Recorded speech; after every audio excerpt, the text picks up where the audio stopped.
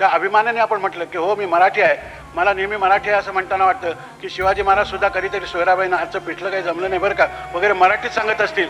ही कल्पना मला खूप बरी वाटते की थोर माणसं मराठीत बोलतात वगैरे.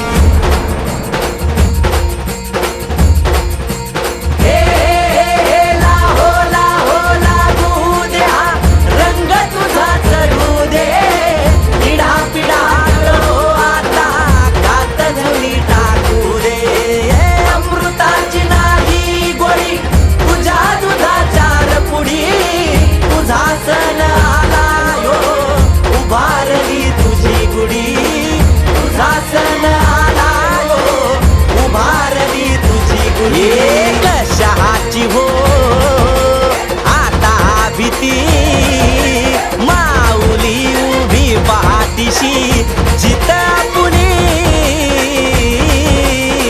तू घेणार भरारी तू घेणार भरारी तू घेणार भरारी.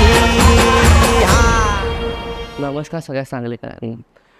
गुढीपाडवा आणि नवीन वर्षाच्या तुम्हाला सगळ्यांना खूप खूप शुभेच्छा. दरवर्षीसारखे यावर्षी पण आम्ही राजगुढी उभारली आहे आणि पुढच्या वेळेस पण असंच मोठ्या प्रमाणात करत राहू. धन्यवाद.